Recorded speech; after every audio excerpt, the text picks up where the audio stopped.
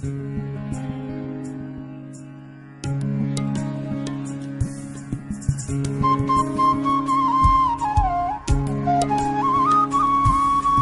एक गहरा कुआं हूं इस जमीन पर, बेशुमार लड़के लड़कियों के लिए कि उनकी प्यास बुझाता रहूं।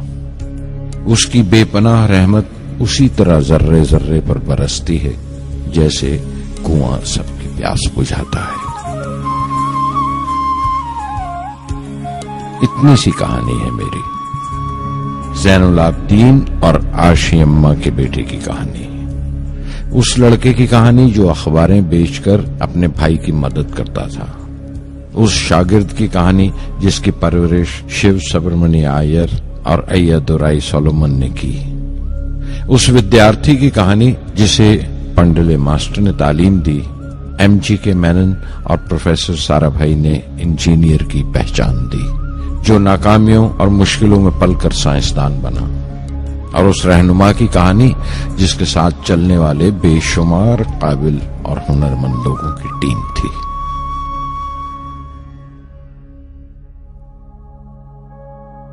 मेरी कहानी मेरे साथ खत्म हो जाएगी, क्योंकि दुनियावी मानों में मेरे पास कोई पूंजी नहीं है। मैंने कुछ हासिल नहीं किया, जमा नहीं किया, मेरे पास कुछ नहीं और कोई नहीं, न बेटा न बेटी न परिवार। मैं दूसरों के लिए मिसाल नहीं बनना चाहता, लेकिन शायद कुछ पढ़ने वालों को प्रेरणा मिले कि अंतिम सुख रूह और आत्मा की तस्कीन है। खुदा की रहमत उनकी वरासत है। मेरे परदादा अबुल, मेरे दादा फकीर और मेरे वालिद ज़ैनुल आबदीन का खानदानी सिलसिला अब्दुल कलाम पर खत्म हो जाएगा, लेकिन खुदा की रहमत कभी खत्म नहीं होगी, क्योंकि वो अमर है, लाफानी है। पूर्णमद पूर्णमिदं पूर्णात् पूर्णमुदच्यते पूर्णस्य पूर्णमादाय पूर्णमेवावशिष्यते। ओम पूर्णमद पूर्णमिदं पूर्णात् पूर्णमुदच्यते पूर्णस्य पूर्णमादाय पूर्णमेवावशिष्यते। पूर्णमद पूर्णमिदं पूर्णात् पूर्णमुदच्यते पूर्णस्य पूर्णमादाय पूर्णमेवावशिष्यते। पूर्णमद पूर्णमिदं पूर्णात् पूर्णमुदच्यते पूर्णस्य पूर्णमादाय पूर्णमेवावशिष्यते।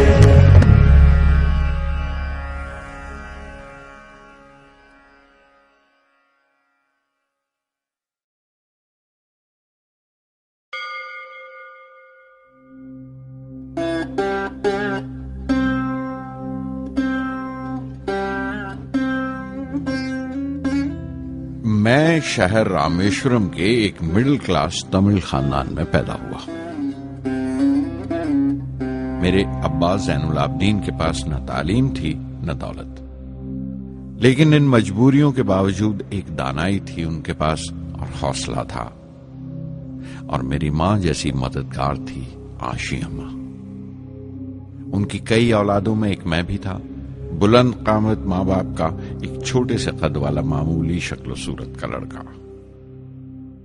अपने पुश्तैनी मकान में रहते थे हम, जो कभी 19वीं सदी में बना था। काफी वसी और पक्का मकान था रामेश्वरम की मस्जिद स्ट्रीट में। मेरे अब्बा हर तरह के ऐशो आराम से दूर रहते थे, मगर जरूरियात की तमाम चीजें मुयस्सर थीं। सच तो यह है कि मेरा बचपन बड़ा महफूज था, मादी तौर पर भी और जज्बाती तौर पर भी, मटीरियली एंड इमोशनली।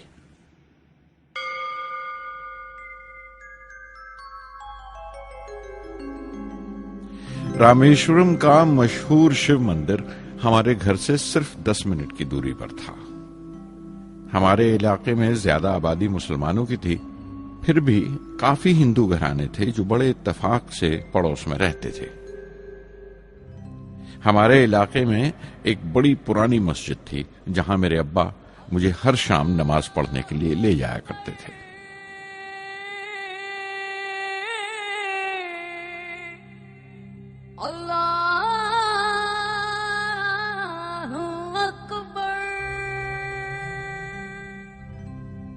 रामेश्वरम मंदिर के बड़े पुरोहित पक्षी लक्ष्मण शास्त्री मेरे अब्बा के पक्के दोस्त थे। मेरी बचपन की यादों में आंकी हुई एक याद ये भी थी कि अपने अपने रवायती लिबास में बैठे हुए वो दोनों कैसे रूहानी मसलों पर देर देर तक बातें करते रहते थे।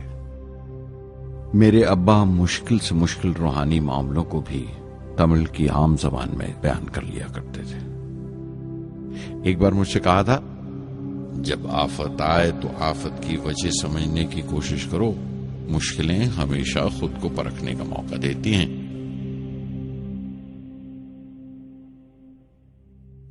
मैंने हमेशा अपनी साइंस और टेक्नोलॉजी में अब्बा के असूलों पर चलने की कोशिश की है। मैं इस बात पर यकीन रखता हूं कि हमसे ऊपर भी एक आला ताकत है, एक महान शक्ति है जो हमें मुसीबत, मायूसी और नाकामियों से निकालकर सच्चाई के मुकाम तक पहुंचाती है। मैं करीब 6 बरस का था जब अब्बा ने एक लकड़ी की कश्ती बनाने का फैसला किया, जिसमें वो यात्रियों को रामेश्वरम से धनुषकोडी का दौरा करा सकें, ले जाएं और वापस ले आएं। वो समंदर के साहिल पर लकड़ियां बिछाकर कश्ती का काम किया करते थे, एक और हमारे रिश्तेदार के साथ, अहमद जलालुद्दीन। बाद में उनका निकाह मेरी आपा जोहरा के साथ हुआ। अहमद जलालुद्दीन हालांकि मुझसे 15 साल बड़े थे, फिर भी हमारी दोस्ती आपस में जम गई थी। हम दोनों हर शाम लंबी सैर को निकल जाया करते थे। मस्जिद गली से निकलकर हमारा पहला पड़ाव शिव मंदिर हुआ करता था, जिसके गिर्द हम उतनी ही श्रद्धा से परिक्रमा करते थे जिस श्रद्धा से बाहर से आए हुए यात्री। जलालुद्दीन ज्यादा पढ़ लिख नहीं सके उनके घर के हालात की वजह से, लेकिन मैं जिस जमाने की बात कर रहा हूं, उन दिनों हमारे इलाके में सिर्फ वही एक शख्स था जो अंग्रेजी लिखना जानता था। जलालुद्दीन हमेशा तालीम याफ्ता पढ़े लिखे लोगों के बारे में बातें करते थे, साइंस की इजाद, मेडिसिन और उस वक्त के लिटरेचर का जिक्र किया करते थे। एक और शख्स जिसने बचपन में मुझे बहुत मुतासिर किया वो मेरा कजन था, मेरा चचेरा भाई शमसुद्दीन। उसके पास रामेश्वरम में अखबारों का ठेका था और सब काम अकेले ही किया करता था। हर सुबह अखबार रामेश्वरम रेलवे स्टेशन पर ट्रेन से पहुंचता था। सन 1939 में दूसरी आलमगीर जंग शुरू हुई, द सेकेंड वर्ल्ड वॉर। उस वक्त मैं 8 साल का था। हिंदुस्तान को इत्तेहादी फौजों के साथ शामिल होना पड़ा और एक इमरजेंसी के से हालात पैदा हो गए थे। सबसे पहली दुर्घटना यह हुई कि रामेश्वरम स्टेशन पर आने वाली ट्रेन का रुकना कैंसिल कर दिया गया और अखबारों का गट्ठा अब रामेश्वरम और धनुषकोडी के बीच से गुजरने वाली सड़क पर चलती ट्रेन से फेंक दिया जाता। शमसुद्दीन को मजबूरन एक मददगार रखना पड़ा जो अखबारों के गट्ठे सड़क से जमा कर सके। वो मौका मुझे मिला और शमसुद्दीन मेरी पहली आमदनी की वजह बना। हर बच्चा जो पैदा होता है वो कुछ समाजी और आर्थिक हालात से जरूर असरअंदाज होता है और कुछ अपने जज्बाती माहौल से भी। उसी तरह उसकी तरबियत होती है। मुझे दयानतदारी और सेल्फ डिसिप्लिन अपने अब्बा से विरासत में मिला था और मां से अच्छाई पर यकीन करना और रहमदिली। लेकिन जलालुद्दीन और शमसुद्दीन की सोहबत से जो असर मुझ पर पड़ा, उससे सिर्फ मेरा बचपन ही महज अलग नहीं हुआ, बल्कि आइंदा जिंदगी पर भी उसका बहुत बड़ा असर पड़ा।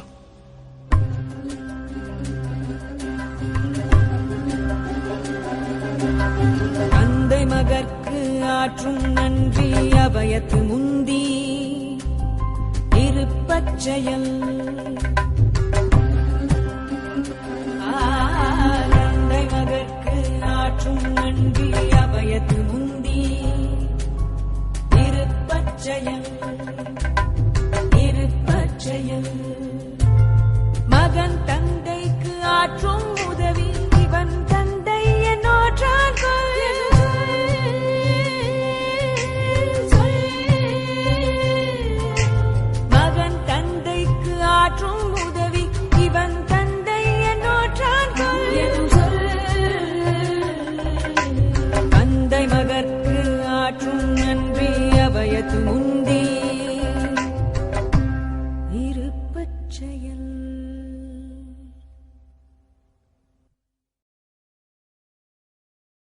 फिर जंग खत्म हो गई और हिंदुस्तान की आजादी बिल्कुल यकीनी हो गई। मैंने अब्बा से रामेश्वरम छोड़ने की इजाजत चाही।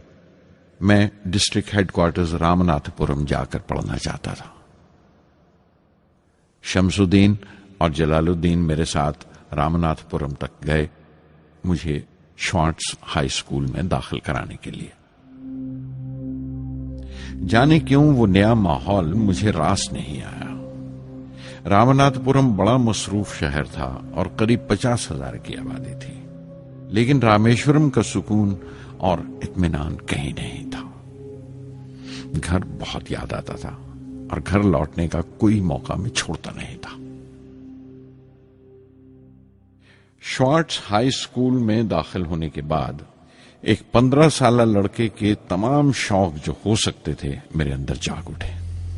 मेरे टीचर अय्यादुराई सोलोमन बेहतरीन रहबर थे, गाइड, उस नौजवान जहन के लिए जिसके सामने जिंदगी की बेशुमार मुमकिनात खुलने वाली थी।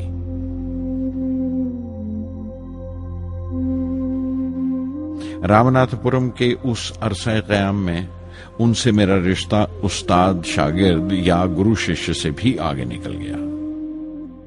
अय्यादुराई कहा करते थे, जिंदगी कामयाब होने और नतीजे हासिल करने के लिए 3 ताकतों पर काबू पाना बहुत जरूरी है: ख्वाहिश, यकीन और उम्मीद।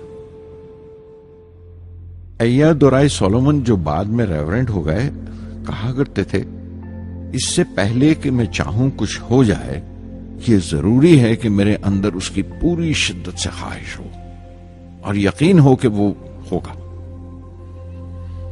मैं अपनी जिंदगी से अगर मिसाल दूं तो मुझे बचपन से ही आसमान के इसरार और परिंदों की परवाज हमेशा हैरान करती थी, फैसिनेट करती थी। समंदर में कूंजों और बगलों को ऊंची उड़ाने लगाते देखता था तो उड़ने को जी करता था। मैं एक सादा लोग गांव ही का लड़का तो था, लेकिन मुझे यकीन था कि एक दिन मैं जरूर उन कूंजों की तरह बुलंद उड़ाने लगाऊंगा, बुलंदी पर परवाज करूंगा।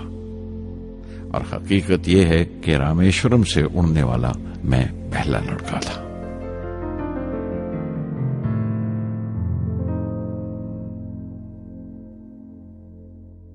श्वार्ट्ज स्कूल में तालीम खत्म करते करते मेरे अंदर खुद एतमादी बस चुकी थी और मुझे यकीन था कि मैं जरूर कामयाबी हासिल करूंगा। मैं तालीम आगे जारी रखूंगा, उसमें कोई दूसरा ख्याल नहीं था। सन 1950 में मैं इंटरमीडिएट पढ़ने के लिए सेंट जोसेफ कॉलेज ट्रिची में दाखिल हो गया। जब बीएससी डिग्री के लिए मैंने सेंट जोसेफ कॉलेज में दाखिला लिया तो हायर एजुकेशन के माने सिर्फ इतने ही जानता था। ये नहीं जानता था कि हायर एजुकेशन के लिए कुछ और भी हो सकता है। न ये जानता था कि साइंस पढ़ के फ्यूचर के लिए और क्या मौके हासिल हो सकते हैं। बीएससी पास करने के बाद ही जान पाया कि फिजिक्स मेरा सब्जेक्ट नहीं था। अपने ख्वाब को पूरा करने के लिए मुझे इंजीनियरिंग में जाना चाहिए था। पता नहीं क्यों कुछ लोगों का ऐसा ख्याल है कि साइंस आदमी को खुदा से मुनकर कर देती है, लेकिन मेरे लिए तो साइंस एतमाद, विश्वास और रूहानी तस्कीन की वजह रही है। किसी तरह मैं MIT यानी मद्रास इंस्टीट्यूट ऑफ टेक्नोलॉजी के उम्मीदवारों की लिस्ट में तो आ गया, लेकिन उसका दाखिला बहुत महंगा था। कम से कम 1,000 रुपए की जरूरत थी और मेरे अब्बा के पास इतने रुपए नहीं थे। उस वक्त मेरी अक्का, मेरी आपा जोहरा ने अपने सोने के कड़े और चेन बेचकर मेरी फीस का इंतजाम किया। मुझ पर उसकी उम्मीद और यकीन देखकर मैं पसीज गया।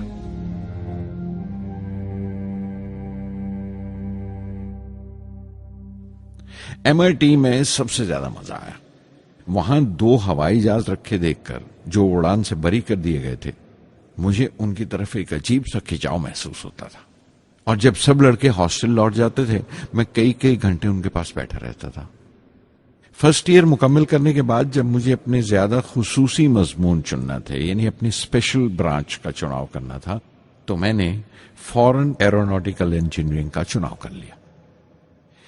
MIT की तालीम के दौरान मुझे 3 टीचर्स ने बहुत मुतासिर किया। Professor Sponder, professor KAV Pandalai, professor Narasimha Rao. Professor Sponder technical aerodynamics सिखाते थे। एरोनॉटिकल इंजीनियरिंग में दाखिले से पहले मैंने उनसे सलाह ली थी। उन्होंने समझाया था कि मुझे मुस्तकबिल का फैसला करने से पहले मुस्तकबिल की मुमकिनात के बारे में नहीं सोचना चाहिए, बल्कि सोचना चाहिए एक अच्छी बुनियाद के लिए और अपने रुझान और इश्तियाक के बारे में कि उसमें कितनी शिद्दत है, मेरे एप्टीट्यूड्स और एस्पिरेशन में कितनी इंटेंसिटी है। मैं खुद भी होने वाले इंजीनियरिंग स्टूडेंट्स से कहना चाहता हूं कि जब वो अपना स्पेशलाइजेशन का चुनाव करें तो ये देखें कि उनमें कितना शौक है, कितना उत्साह है और लगन है उस शोबे में जाने के लिए। प्रोफेसर KAV पंडले ने मुझे एरोस्ट्रक्चर डिजाइन सिखाया और उसका तज्जिया भी, विश्लेषण, एनालिसिस भी। वो बड़े खुशदिल और दोस्त टीचर थे और हर साल कोई ना कोई नया तरीका, नया नजरिया लेकर आते थे कोर्स में। प्रोफेसर नरसिंह राव मैथमेटिशियन थे। वो एरोडायनेमिक्स की थ्योरी सिखाया करते थे। उनकी क्लास में दाखिल होकर मुझे मैथमेटिकल फिजिक्स बाकी तमाम सब्जेक्ट्स से ज्यादा अच्छा लगने लगा। साध संगी हरि हरि नाम चित्तारा चित्तारा, साध संगी हरि हरि नाम चित्तारा, सहज अनंतु होवे दिनु राति, अंकुर भलो हमारा,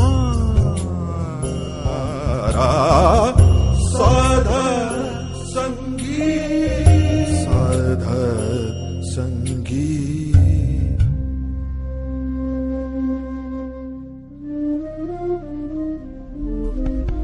गुरुपुरा भेटियो बड़ भागी, गुरुपुरा भेटियो बड़ भागी, जाको अंतु न पारावारा, अंतु न पारावारा,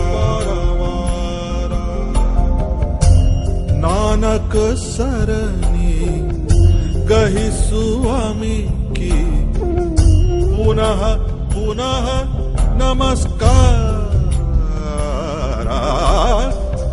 साध संगी साध संगी।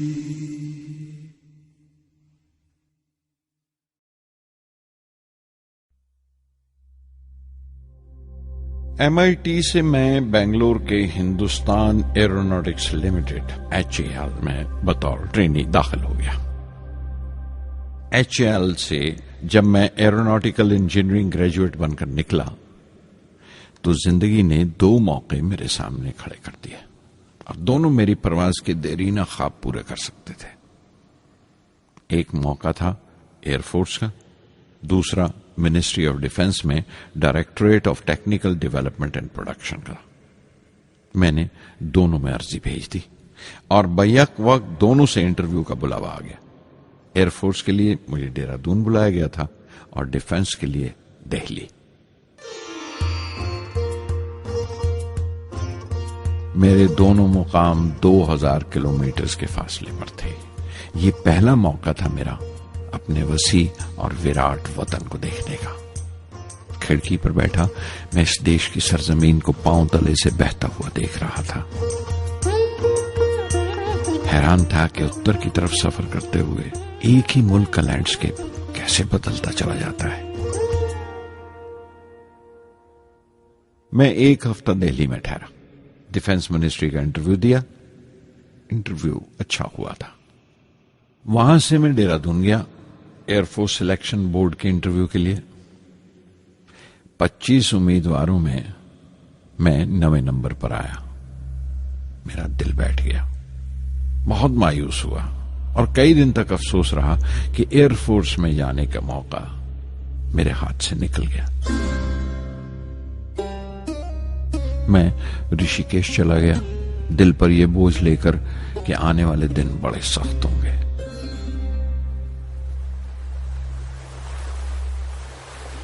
गंगा में स्नान किया और फिर चलता हुआ पास की पहाड़ी पर शिवानंद आश्रम तक पहुंच गया। स्वामी शिवानंद से भेंट हुए। देखने में बिल्कुल गौतम बुद्ध लगते थे, सफेद दूधिया धोती और पांव में लकड़ी की खड़ाऊ। उनकी बच्चों सी मासूम मुस्कान और सादा दिली देखकर बहुत प्रभावित हुआ मैंने बताया उन्हें कैसे मैं इंडियन एयरफोर्स में भर्ती होने से रह गया और मेरी कितनी शदीद ख्वाहिश थी आसमानों में उड़ने की, परवास करने की। वो मुस्कुरा दिए और बोले, ख्वाहिश अगर दिलो जान से निकली हो, वो पवित्र हो और उसमें शिद्दत हो, तो उसमें कमाल की एक इलेक्ट्रोमैग्नेटिक एनर्जी होती है, एक बरकी मकनातीसी ताकत होती है। दिमाग जब सोता है तो वो एनर्जी रात की खामोशी में बाहर निकल जाती है और सुबह कायनात ब्रह्मांड से सितारों की गति रफ्तार को अपने साथ समेटकर दिमाग में लौट आती है। इसीलिए जो सोचा है उसकी सृष्टि अवश्य है, वो तख्लीक होगा। तुम विश्वास करो इस अजली बंधन पर, इस वचन पर कि सूरज फिर लौटेगा, बाहर फिर से आएगी। मैं दिल्ली लौट आया, डिफेंस से अपना इंटरव्यू का नतीजा दरियाफ्त किया। जवाब में मुझे अपॉइंटमेंट लेटर थमा दिया गया और अगले दिन से सीनियर साइंटिफिक असिस्टेंट मुकर्रर कर दिया गया, 250 रुपए की माहाना तनख्वाह पर। 3 साल गुजर गए। उन्हीं दिनों बेंगलोर में एरोनॉटिकल डेवलपमेंट एस्टेब्लिशमेंट ADE का एक नया महकमा खुला और मुझे वहां पोस्ट कर दिया गया। बेंगलोर कानपुर से बिल्कुल मुख्तलिफ शहर था। मैं अपने डायरेक्टोरेट की पोस्टिंग का पहला साल वहां गुजार चुका था। दरअसल हमारे देश में ये एक अजीब तरीका है, एक अजीब सा ढंग है अपने लोगों को हद दर्जा तक निचोड़ लेने का, जो हमारे लोगों को इंतहा पसंद बना देता है। शायद इसलिए कि सदियों इस देश ने गैर मुल्की तहजीबों के जख्म भी खाए हैं और उन्हें अपने दामन में जगह भी दी है। अलग अलग हुक्मरानों से वफा करते करते हम अपनी हैसियत, अपनी यकताई खो बैठे हैं। बल्कि हमने एक और ही किस्म की खूबी पैदा कर ली है कि एक ही वक्त में रहम दिल भी हैं और बेरहम भी, हसास भी हैं और बेहिस भी। जितने गहरे हैं उतने ही सतही। ऊपर से देखो तो हम बड़े खुश रंग और खूबरू नजर आते हैं, लेकिन कोई गौर से देखे तो अपने हुक्मरानों की एक बेढब नकल से ज्यादा कुछ नहीं है। मैंने कानपुर में कल्ले में दबाए हुए पान वाले नवाब वाजिद अली शाह के नकलची बहुत देखे और बेंगलोर में फिरंगियों के अंदाज में कुत्ते की जंजीर थामे टहलते हुए साहिबों की कमी नहीं थी। बेंगलोर में रहकर मैं रामेश्वरम की सुकून और गहरे शांत वातावरण के लिए तरसता था।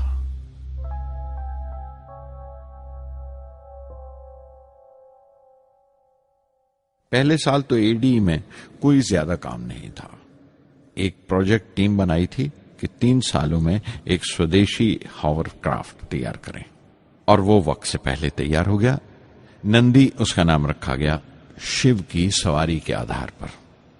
उसका डिजाइन हमारी उम्मीद से ज्यादा अच्छा था, लेकिन मैं सख्त मायूस हुआ जब आपसी कंट्रोवर्सीज की बिना पर सारा प्रोजेक्ट बालाए ताक रख दिया गया, बंद कर दिया गया। Professor MGK Menon, Tata institute of fundamental research के डायरेक्टर, एक रोज अचानक ही हमारी जांच पड़ताल को आ पहुंचे। नंदी का जिक्र निकला। मुझसे पूछताछ करते हुए उन्होंने ख्वाहिश जाहिर की एक 10 मिनट की उड़ान के लिए। उसके 1 हफ्ता बाद की बात है, मुझे इनकोस्पार से बुलावा आ गया, the Indian committee for space research. मैं मुंबई चला गया रॉकेट इंजीनियर की पोस्ट के लिए इंटरव्यू देने।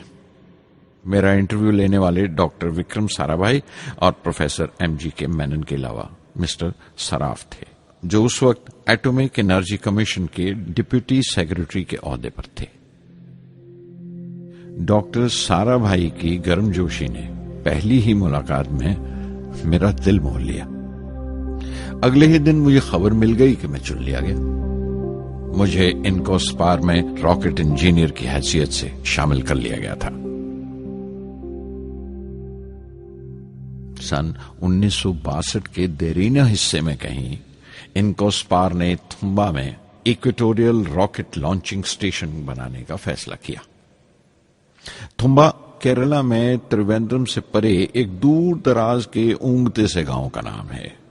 हिंदुस्तान में यह मॉडर्न रॉकेट बेस्ड रिसर्च की एक दबी सी इब्तदा थी, हल्की सी शुरुआत। उसके फौरन बाद ही मुझे 6 माह के लिए अमेरिका भेज दिया गया, नासा में रॉकेट लॉन्चिंग की ट्रेनिंग के लिए। जाने से पहले मैं थोड़ा सा वक्त निकालकर रामेश्वरम गया। मेरे अब्बा मेरी इस कामयाबी के लिए बहुत खुश हुए और मुझे उसी मस्जिद में ले जाकर शुक्राने की नमाज अदा की।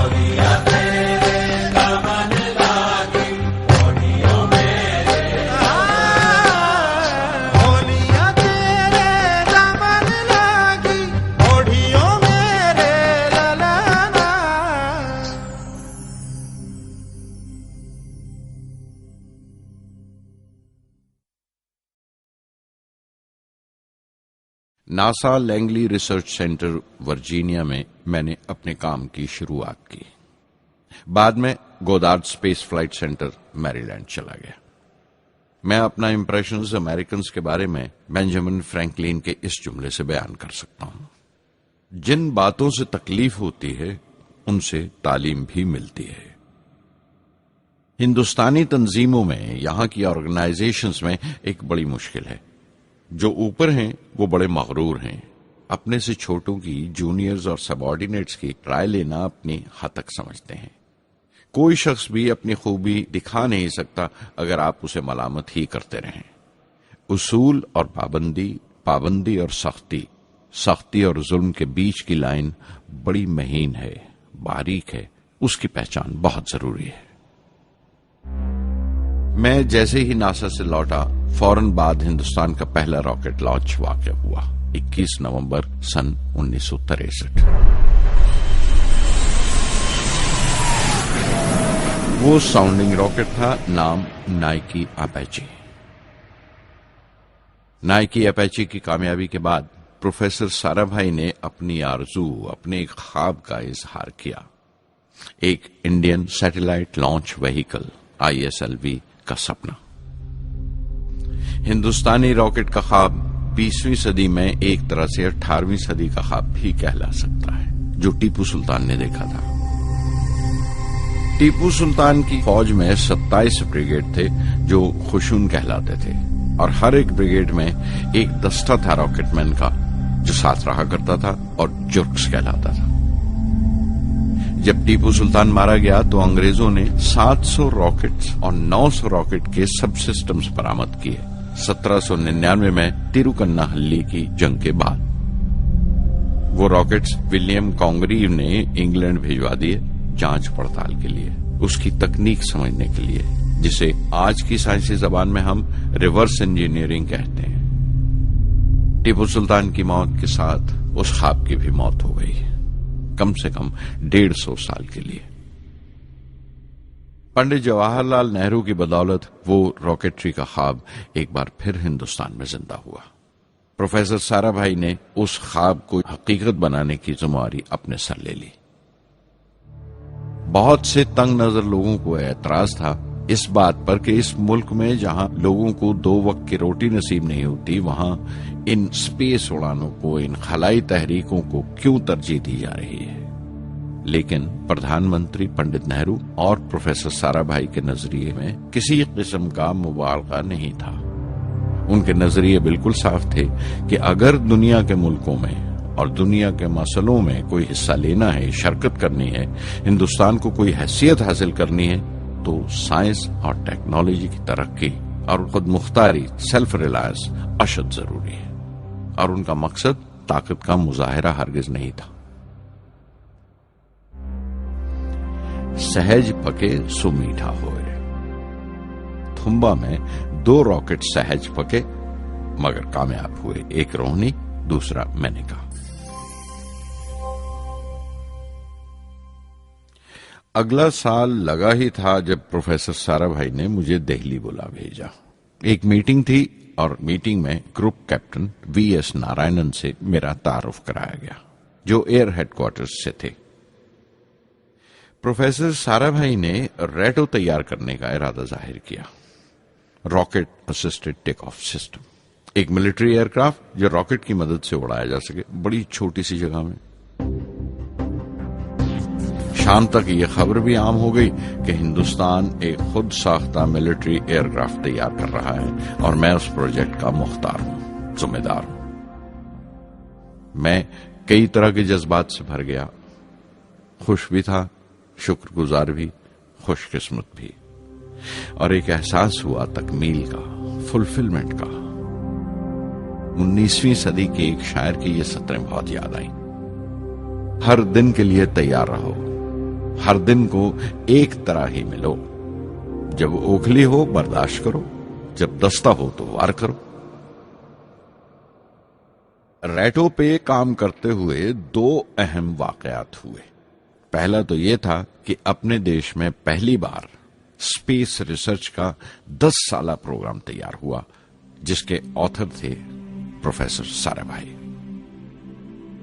मेरे लिए वो एक ऐसा रूमानी मैनिफेस्टो था जैसे स्पेस से इश्क करने वाले किसी शायर की रूमानी नज्म हो, जैसे कोई अपने देश के आसमान से इश्क करने लगा हो।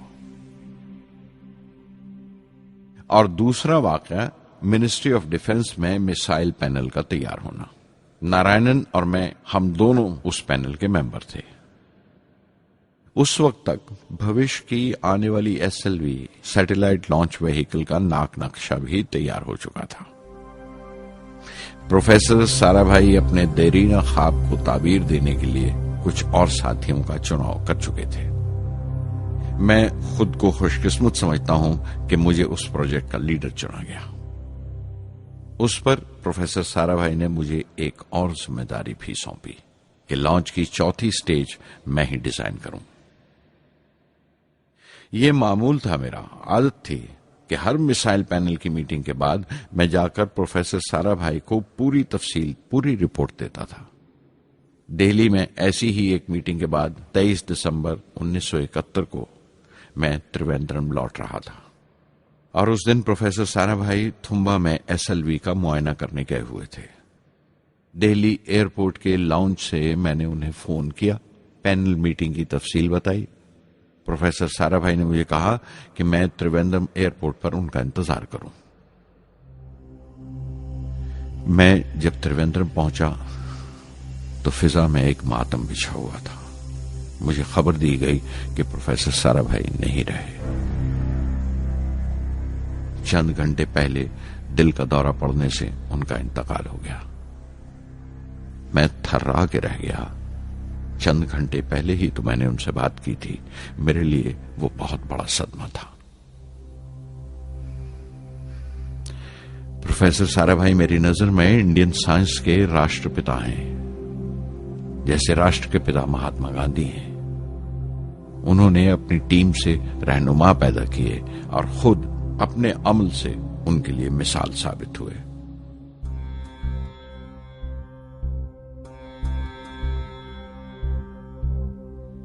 నానాటి బతుకు నాటకము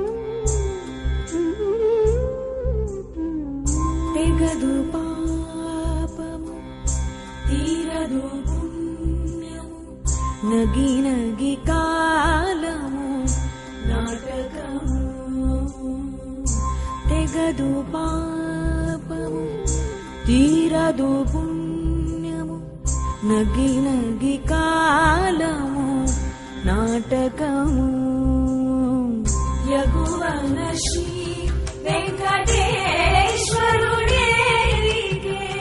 యగువన శ్రీ వెంకటేశ్వరుడేరికే గగనము నీతిది కైవల్యము గగనము నీతిది కైవల్యము కైవల్యము.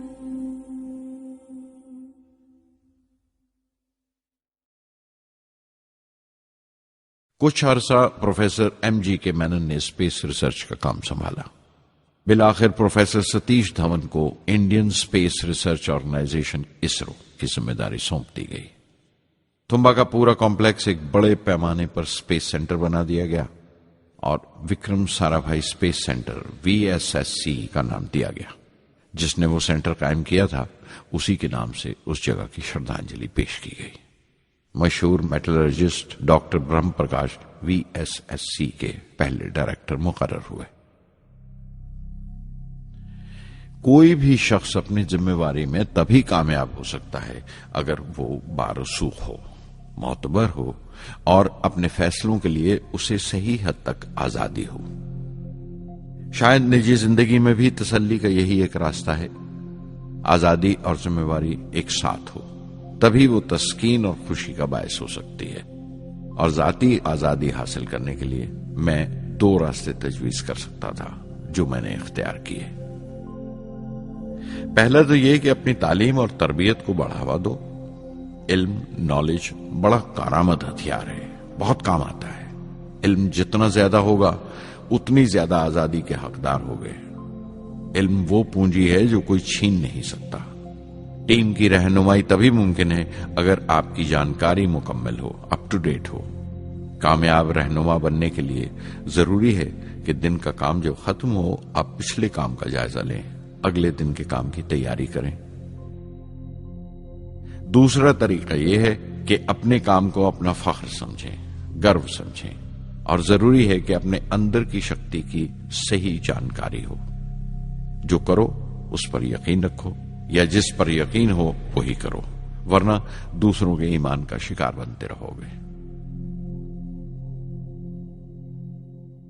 SLV प्रोजेक्ट के पहले 3 सालों में साइंस के बहुत से नए नए इसरार खुले और आहिस्ता आहिस्ता साइंस और टेक्नोलॉजी का फर्क समझ आने लगा. रिसर्च और अमल, डेवलपमेंट का फासला पता चलने लगा.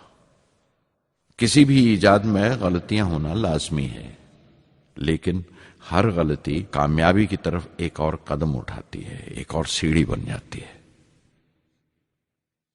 किसी भी तख्लीक की तरह SLV-3 की तख्लीक भी कई दर्दनाक लम्हों से गुजरी. एक रोज जब मैं और मेरे तमाम साथी अपने कामों में पूरी तरह डूबे हुए थे, मेरे घर से एक मौत की इत्तला पहुंची. मेरे दोस्त और हमदर्द मेरे बहनोई जलालुद्दीन का इंतकाल हो गया था. कुछ देर के लिए तो मैं सुन्न होकर रह गया. मेरी आंखों में अंधेरा छा गया. थोड़ी देर बाद जब अपने चौगिरदे का एहसास हुआ तो महसूस किया जैसे मेरी हस्ती का एक हिस्सा मर गया था. रात की रात बसों में सफर करता हुआ अगली सुबह मैं रामेश्वरम पहुंचा. जोहरा को क्या तसल्ली देता और क्या सब्र देता अपनी भांजी महबूबा को जो रो रो कर हलकान हो रही थी. मेरी आंखों के सोते पहले ही सूख चुके थे. थुम्बा लौटकर बहुत दिनों तक सारा कामकाज, सारी मसरूफियत बेमानी लगने लगी. बहुत दिनों तक बहुत मलाल लगा, सब बेमानी लगता था. प्रोफेसर धवन देर देर तक हौसला देते थे. कहते SLV पर जैसे जैसे काम आगे बढ़ेगा मुझे सब्र महसूस होगा और ये मायूसी कम होते होते गुजर जाएगी. 1976 में मेरे अब्बा ज़ैनुल आबदीन 102 साल की उम्र में वहीं रामेश्वरम में इंतकाल फरमा गए। 15 पोते पोतियां छोड़कर गए थे पीछे और एक पड़पोता। दुनियावी तौर पर वो सिर्फ एक और बुजुर्ग की मौत थी। कोई बड़ा मातम नहीं हुआ, झंडा नहीं उतारा गया, न अखबारों ने स्याह हाशिए दिए, न सियासतदान थे वो, न विद्वान कोई, न कोई बड़े सरमायादार। एक सीधे सादे इंसान थे, फरिश्ता सिफत। और हर उस बात की वजह थे जो दानाई और पारसाई की राह दिखाती है।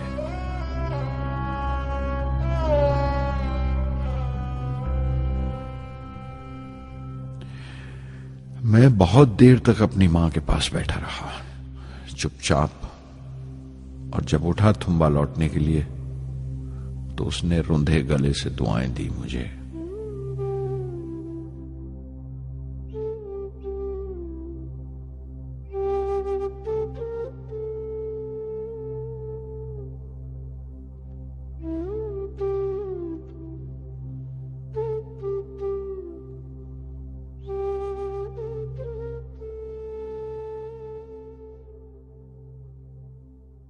SLV-3 अपोजी रॉकेट जो फ्रांस से उड़ाई जाने वाली थी, अचानक कुछ मुश्किलों का शिकार हो गई। मुझे फौरन फ्रांस जाना पड़ा। मैं रवाना होने ही वाला था कि मेरी मां की मौत की खबर पहुंची। यके बाद दीगरे 3 मौतें हो गई मेरे घर में। उस वक्त मुझे अपने काम में पूरे ध्यान की जरूरत थी। 100% लगन से काम करने की ख्वाहिश किसी और लगन की गुंजाइश नहीं छोड़ती। मुकम्मल नीति और पूरी लगन से SLV-3 का ख्वाब 1979 के दरमियान में जाकर पूरा हुआ। हमने SLV-3 की परवाज का दिन 10 अगस्त 1979 तय किया था। 23 मीटर लंबा 4 स्टेजेस का ये रॉकेट 17 टन का वजन लेकर 7:58 पर बड़ी कजदाई से उड़ा और खला की तरफ रवाना हुआ।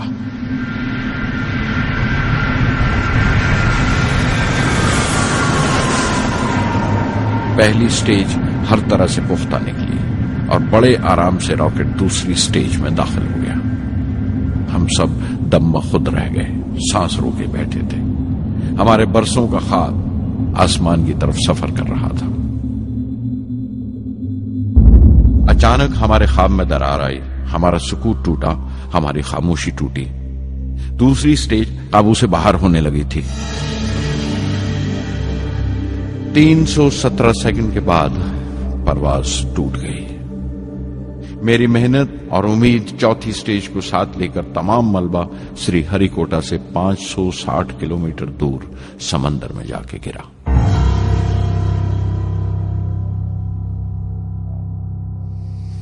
इस हादसे से हम सबको सख्त सदमा पहुंचा।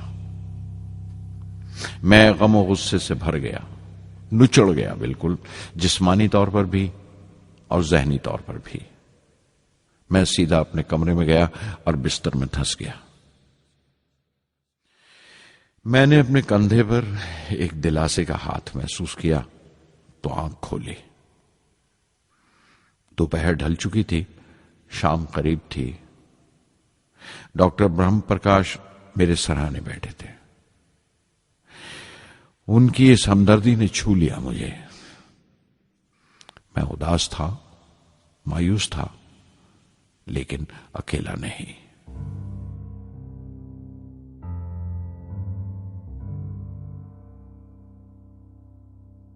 हर शख्स तकनीकी जमा तफरीक और बहस मुबासे के बाद मुतमईन हो चुका था, संतुष्ट हो चुका था, लेकिन मुझे इत्मीनान न आया और मुसलसल बेचैन रहा। मैं बेसाख्ता खड़ा हो गया और एतराफ किया प्रोफेसर धवन के सामने, सर, मेरे साथियों को नाकामयाबी की वजह दरियाफ्त हो जाने से इत्मीनान हो गया, लेकिन मैं उसे काफी नहीं समझता। इस मिशन के डायरेक्टर की हैसियत से इस गलती को भी मैं अपनी जिम्मेवारी समझता हूं। SLV-3 की नाकामयाबी की जिम्मेवारी मेरी है।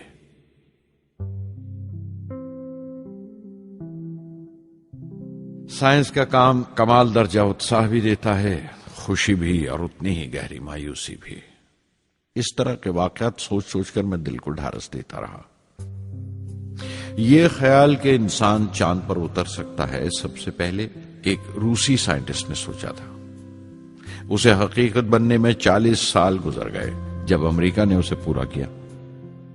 प्रोफेसर चंद्रशेखर ने चंद्रशेखर लिमिट का आविष्कार किया था 1930 में, जब कैम्ब्रिज में पढ़ रहे थे। लेकिन 50 साल बाद उन्हें उसी डिस्कवरी पर नोबेल प्राइज मिला। वॉन ब्रॉन अपनी सैटर्न लॉन्च व्हीकल से आदमी को चांद पर उतारने से पहले कितनी सारी नाकामियों से गुजरे होंगे। पहाड़ की चोटी पर उतरने से पहाड़ पर चढ़ने का तजुर्बा नहीं मिलता। जिंदगी पहाड़ की चढ़ानों पर मिलती है, चोटी पर नहीं। चढ़ानों पर ही तजुर्बे मिलते हैं और जिंदगी मंचती है और टेक्नोलॉजी तरक्की करती है। चोटी पर पहुंचने की कोशिश ही में चढ़ानों का इल्म हासिल होता है। मैं एक एक कदम चलता रहा, चढ़ता रहा चोटी की तरफ।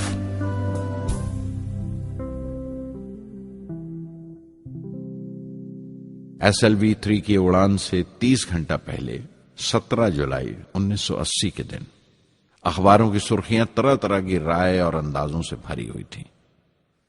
ज्यादातर रिपोर्टर्स ने पहली SLV की उड़ान याद दिलाई थी कि किस तरह वो रॉकेट फेल हो गया था और उसका मलबा समंदर में जाकर गिरा था। कुछ लोगों ने तो देश की दूसरी खामियों का जिक्र करते हुए भी उसे SLV-3 से जोड़ दिया था। मैं जानता था कि अगले दिन का नतीजा हमारे फ्यूचर के स्पेस प्रोग्राम का फैसला करने वाला है। मुख्तसर ये कि सारी कौम की नजरें हम पर गड़ी हुई थीं। 18 जुलाई 1980 सुबह 8:03 पर हिंदुस्तान का पहला सैटेलाइट लॉन्च व्हीकल उड़ा।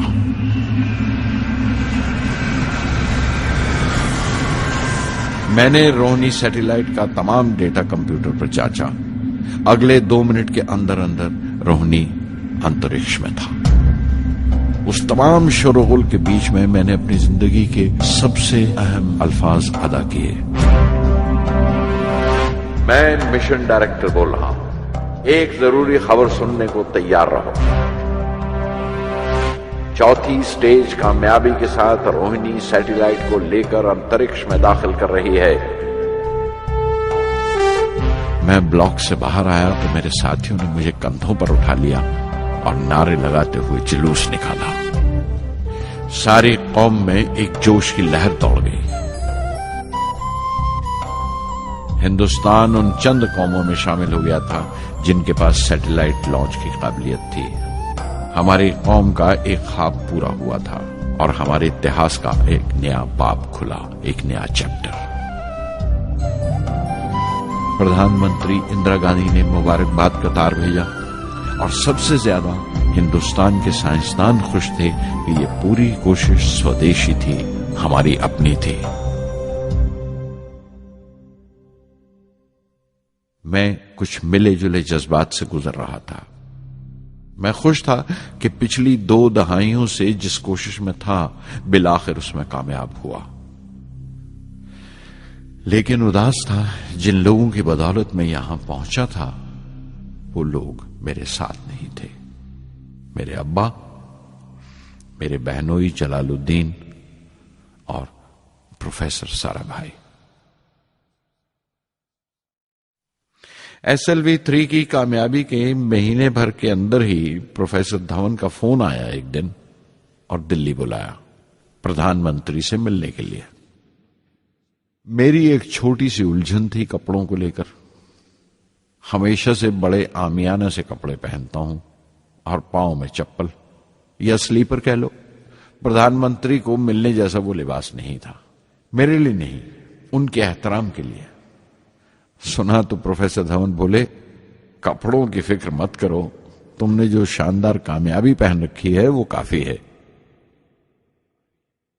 रिपब्लिक डे 1981 मेरे लिए एक बड़ी खुशखबरी लेकर आया कि मुझे पद्म भूषण से नवाजा गया है। मैंने अपने कमरे को बिस्मिल्लाह खां की शहनाई से भर लिया।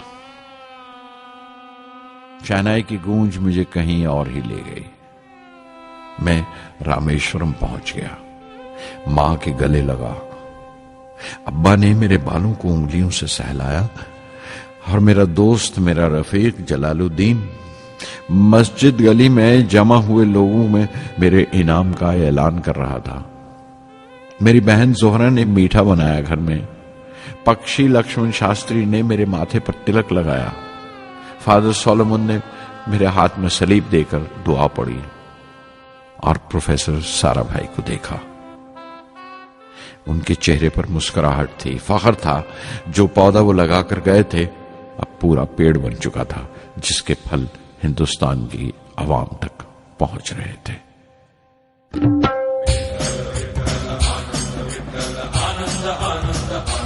ओ आनंदाचे डोही आनंद तरंग, आनंदाचे डोही आनंद तरंग, आनंदाची अंग, आनंदाचे आनंदाची अंग, आनंदाचे आनंदाचे डोही आनंद तरंग, आनंदाचे डोही आनंद तरंग।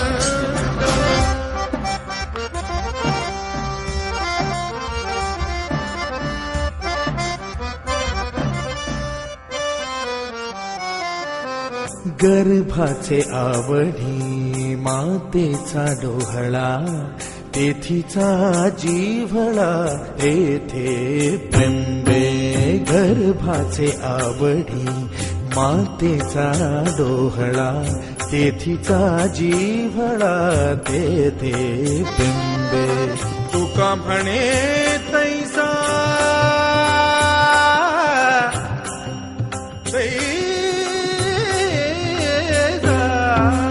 तुका म्हणे तैसा ओतलाचे ठसा, अनुभव सरीसा मुखाला। आनंदाचे डोही आनंद तरंग, आनंदाची अंग, आनंदाचे आनंदाचे डोही आनंद तरंग।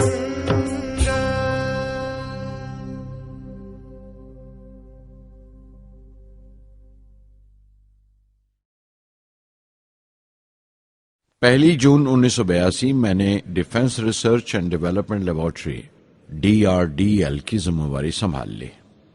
उस वक्त के defence minister Shri R Venkataraman ने जब मशवरा दिया कि बजाय दर्जा बदर्जा मिसाइल तैयार करने के हमें मुकम्मल अपनी मिसाइल तैयार करने का प्रोग्राम बनाना चाहिए, तो हमें अपने कानों पर यकीन नहीं आया और देखते देखते ही वो प्रोजेक्ट एक मुकम्मल मिसाइल का प्रोग्राम बन गया, जिसके नतीजे आइंदा बहुत दूर तक पहुंचे। हर एक प्रोजेक्ट का नाम हिंदुस्तान की खुद मुख्तारी, सेल्फ रिलायंस का सबूत था। सरफेस टू सरफेस मिसाइल का नाम पृथ्वी रखा गया, टैक्टिकल कोर व्हीकल को त्रिशूल का नाम दिया गया, surface to air defence system Akash कहलाया, एंटी टैंक मिसाइल प्रोजेक्ट को नाग के नाम से पुकारा गया और मेरे देरीना ख्वाब रेक्स को यानी re entry experiment launch vehicle को मैंने अग्नि का नाम दिया। मिसाइल टेक्नोलॉजी का हुनर दुनिया की कुछ चुनी हुई कौमों के पास ही था। वो बड़े ताज्जुब से हमारी तरफ देख रहे थे कि हम क्या करने जा रहे हैं और कैसे करेंगे। हम एक मीटिंग में बैठे हुए अपने मकसद को पूरा करने के लिए 1984 की निशानदेही कर रहे थे जब डॉक्टर ब्रह्म प्रकाश की मौत की खबर आई। मेरे लिए वो एक और सदमा था। पहली SLV की नाकामी के वक्त जिस तरह उन्होंने ढारस दी थी मुझे, वो याद करके मैं और ज्यादा गमगीन हो गया।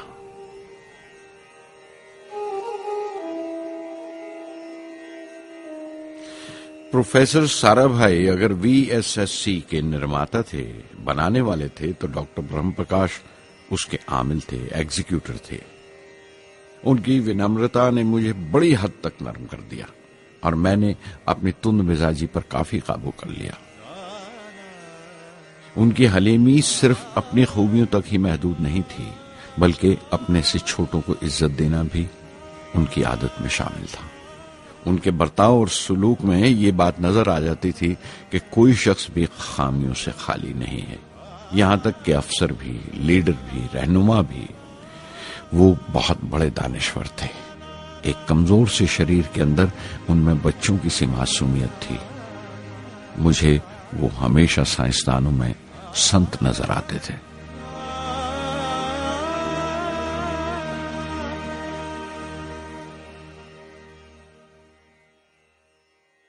पृथ्वी का काम अपनी तकमील को पहुंच रहा था जब हम 1988 में दाखिल हुए।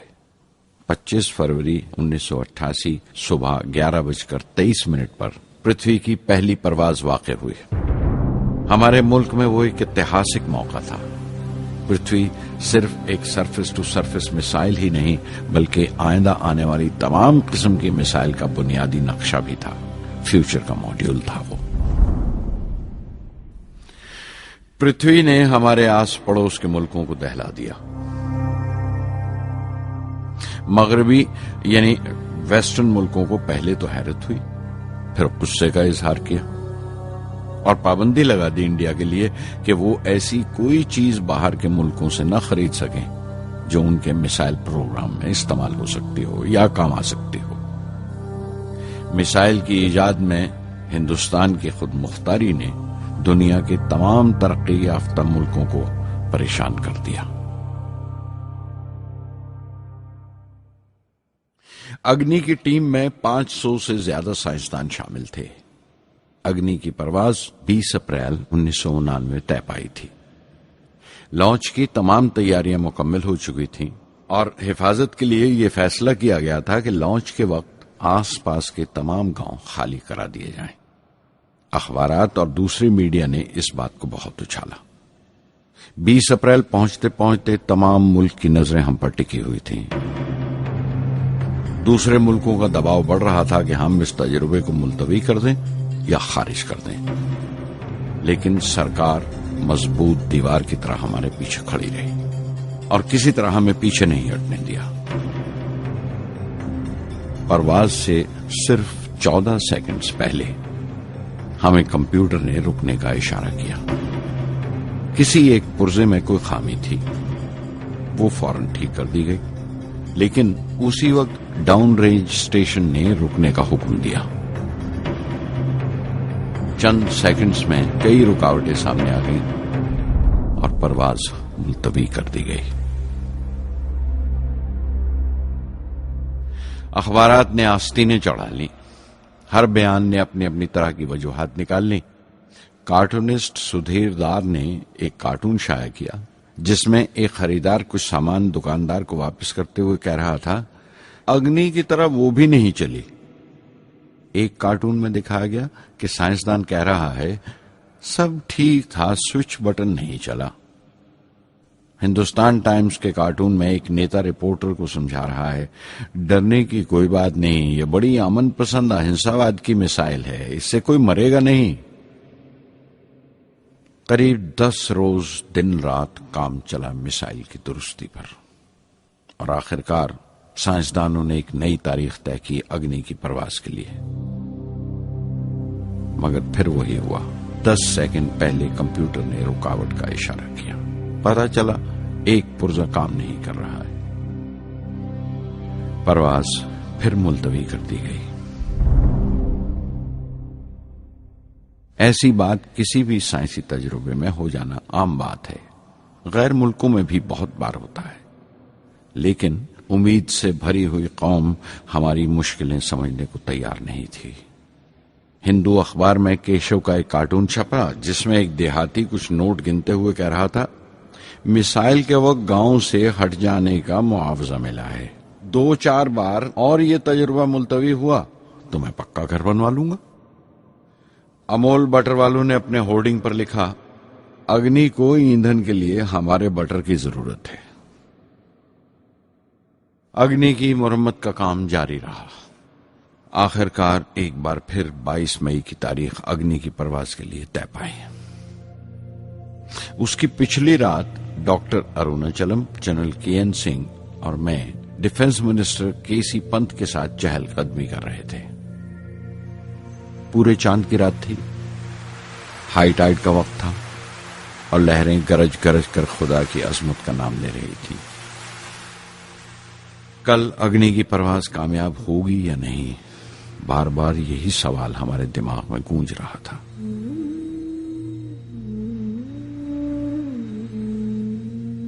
डिफेंस मिनिस्टर ने एक लंबी खामोशी को तोड़ते हुए पूछा, कलाम, कल अग्नि की कामयाबी मनाने के लिए क्या चाहते हो तुम? मैं क्या चाहता था? क्या था जो नहीं था मेरे पास? अपनी खुशी के इजहार के लिए मुझे क्या करना चाहिए? और अचानक मुझे जवाब मिल गया, हम 1 लाख पेड़ों की कोंपले लगाएंगे, मैंने कहा और उनके चेहरे पर रौनक आ गई। तुम अपनी अग्नि के लिए धरती मां का आशीर्वाद चाहते हो, बोले। कल यही होगा, उन्होंने पेशेंगोई की।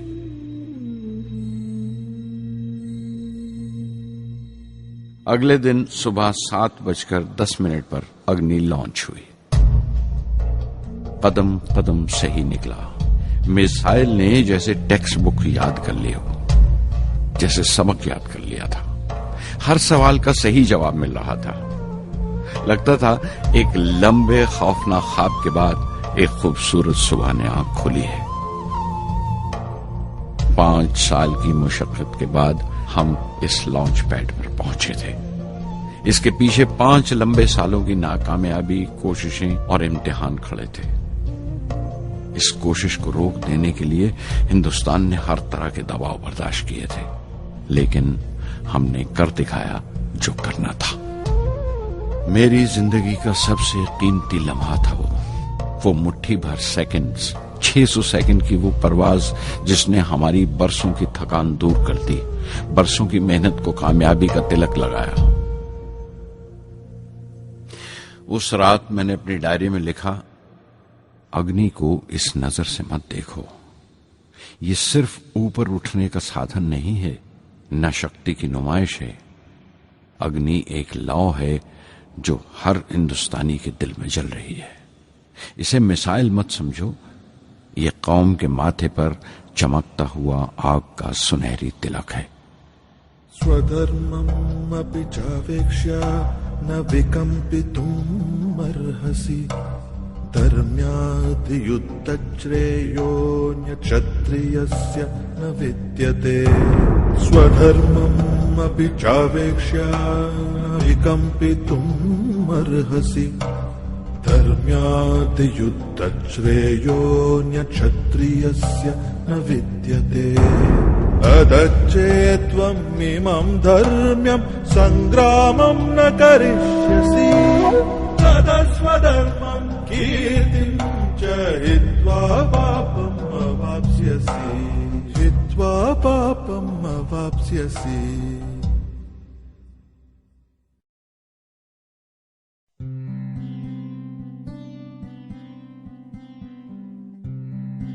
$1990 के रिपब्लिक डे पर देश ने मिसाइल प्रोग्राम की कामयाबी का जश्न मनाया।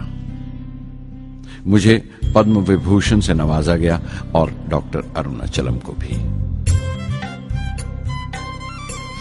10 साल पहले पद्म भूषण की यादें एक बार फिर हरी हो गईं। रहन सहन मेरा अब भी वैसा ही था जैसा तब था। 10 बाय 12 का एक कमरा किताबों से भरा हुआ और कुछ जरूरत का फर्नीचर जो किराए पर लिया था। फर्क इतना ही था कि तब यह कमरा त्रिवेंद्रम में था, अब हैदराबाद में।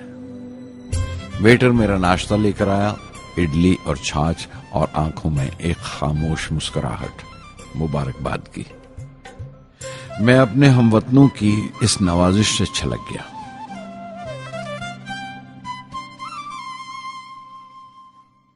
मैं जानता हूं कि बहुत से साइंसदान और इंजीनियर मौका मिलते ही वतन छोड़ जाते हैं, दूसरे मुल्कों में चले जाते हैं ज्यादा रुपया कमाने के लिए, ज्यादा आमदनी के लिए।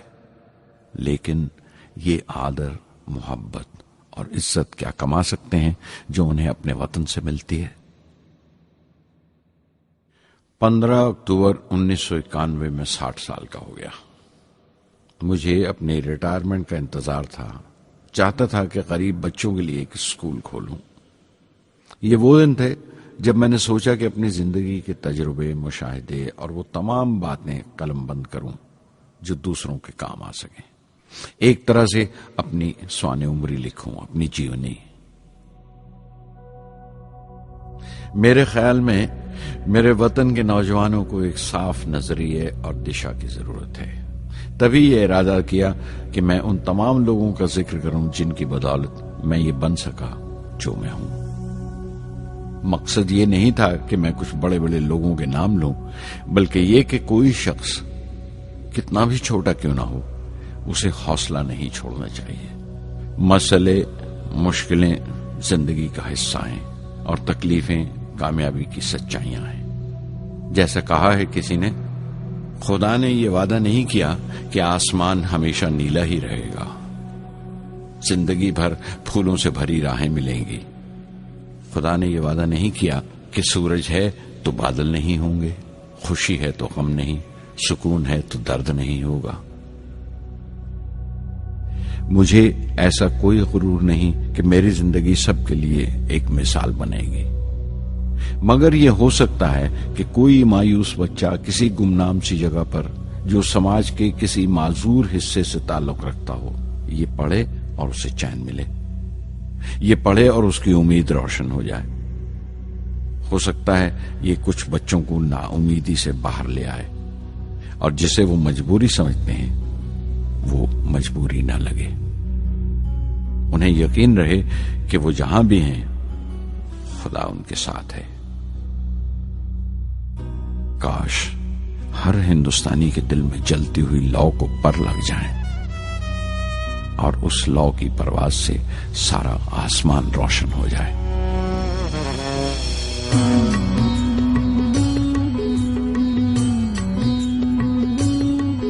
ये ज़मीं मेरी, मेरा आसमां, बड़ा खूबसूरत है जहां।